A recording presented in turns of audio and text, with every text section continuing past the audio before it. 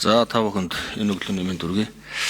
За энэ хуулийн үзэл санааг нь бол дэмжиж байгаа. Одоо манай малчин иргэд өөрсдийнхөө амь нас эрүүл мэнд за мал сүргээ төрөнгөө одоо хамгаалах ёстой. Хэд хэдэн хуулиуд байдсан байна. Одоо хуулийн уялдаануудын тухай бас ярьж байна. Ер нь бол манай хууль өөрөө иргэдэд их тийм ойлгомжтой байх ёстой л доо. Тийм учраас л энэ заалтыг зайлшгүй шингээж одоо өгөх гэж байгаа юм байна гэж ингэж бол бодоод байна. Тэгээд би нэг юм асуух гэдэг нь энэ за жилдээ нэг 150 гаруй чонл одоо агнах зөвшөөрөл өгдөг юм уу да.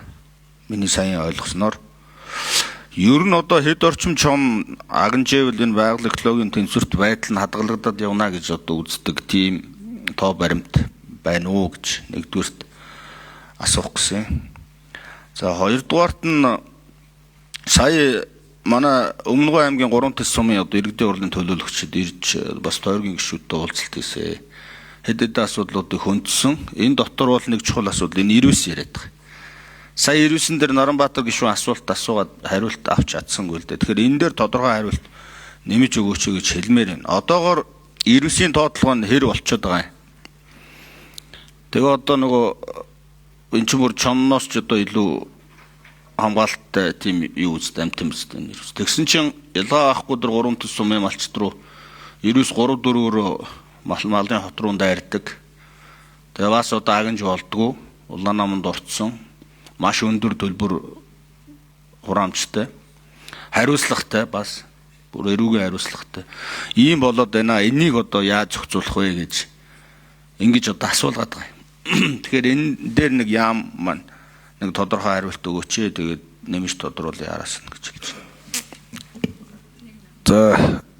7 номер Амбал матришн хариулъя. Нэг. За мөнхөд гишүүний бас асуусан асуултанд бас хариулъя.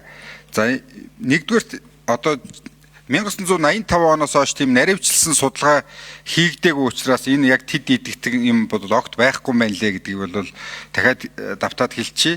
За хоёр дахь юм бол ер нь бол энэ одоо нийт иргэд дунд гэдэг юм уу одоо энэ яг одоо одноо сайдууд бол яг ингээ өөрөө бас амьдрал мэддэг учраас зөв яриад байгаа шүү. Түүнээс биш энэ дорн байгаа мэрэгжилтэнгүүд бол яг ингээ нэг заалан суучгаал нэг том дарга нар юу ч мэдэхгүй. Та бол одоо энэ хэлцээний дарга нар энэ газрын дарга мэрэгчлэтнүүдэд аймгаар яваад тэр ард иргэдтэй уулзуулаад амьдрал үзүүлж сонсгомоор юм бэл.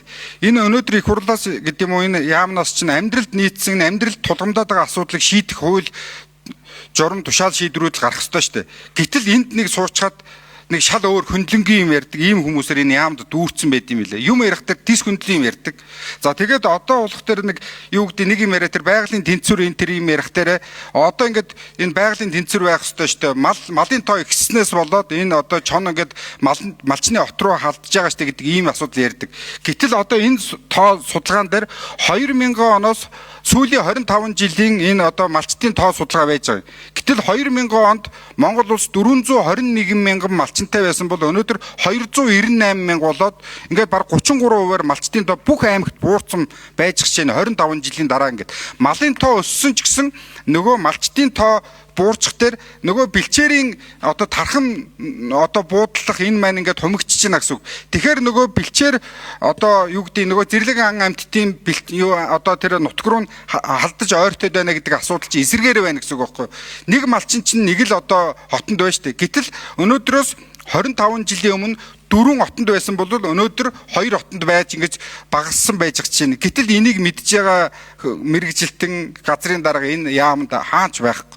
Зөвхөн л амаараа малын тоо өссөн юм чинь бэлчээр тэлэгдсэн гэдэг ийм л агуулгыг ярьж байгаа чинь. Тэгэхээр аль болохоор энэ хүмүүсийг энэ амьдралд нэг жоохон юм үзүүлж нэг хүмүүсийн дуу одноос айдаа сонсгож явахгүй бол ийм дандаа агаар юм ярьдаг, дандаа худлаа ярьдаг. Ярьж байгаа юмнуудын тал нь энэ яамныхаа худлаа юм ярьдаг ийм хүмүүс байд юм л. Тодруулгаа одоо жишээлбэл тэр ирвсний асуудал дээр аймгийн засаг дарга багт миний хувьд үнэхээр энэ Говьалтай аймгийн Алтай нуруунд ингээ ирвсний асуудал хүнд байна. Энийг нүүлгэн шилжүүлэх тэр гадны зоо паркуудад ирвс өгөх энэ боломжийг судлаач.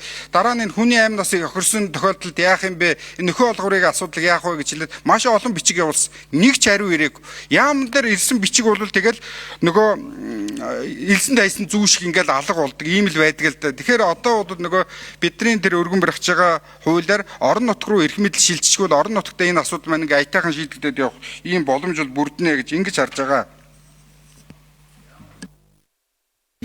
За нэг номер гүйцэж хариулъя. Ирвэсний тоо толгой бол одоогийн яг олон улсын байгууллага төслийн хүрээнд тоосон тоол 1000 гаруй тоо толгой ирвэс бол байгаа. Олон улсын хэмжээний ховор ангилалд бол ордог. Тэгэхээр түрүүн бас Наранбаатар гишүүн асуусан 2024-өөс 25 онд 31541 маал болоод саарл чонд барьсан байна, эдсэн байна гэдэг ийм тоо судалгааг бол бид нар экологийн цагдаагаас бас авсан байгаа. Тэгэхээр яг энэ нэн ховор амьтныг яг барихад агнахгүй одоо тодорхой тоо хэмжээг нь зохицуулах ёстой гэдэг нь одоо байгаа амьтны тухай хуулийн дээрээ байгаа боловч байгаль орчин уур амьсгалын үргэлжлэлтийн яам бол амьтны тухай хуулийн шинжилсэн хариулгын төслийг бол хийгээ явж байгаа. Тэгэхээр гишүүдтэй бас яг энэ нарийн зохицуултыг оруулах зайлшгүй шаардлагатай байгаа зүйл заалтыг бодлол конвенцийн хуульд нийцүүлээд бид нар энийг хийх нь бол яамны зүгээс бодлогоор бас дэмжиж байгаа. Энэ ганцхан ирвэс чон гэхгүй бусад бас яг ховор амьтны бас энэ асуудлууд бол байгаа. Тэгэхээр энийг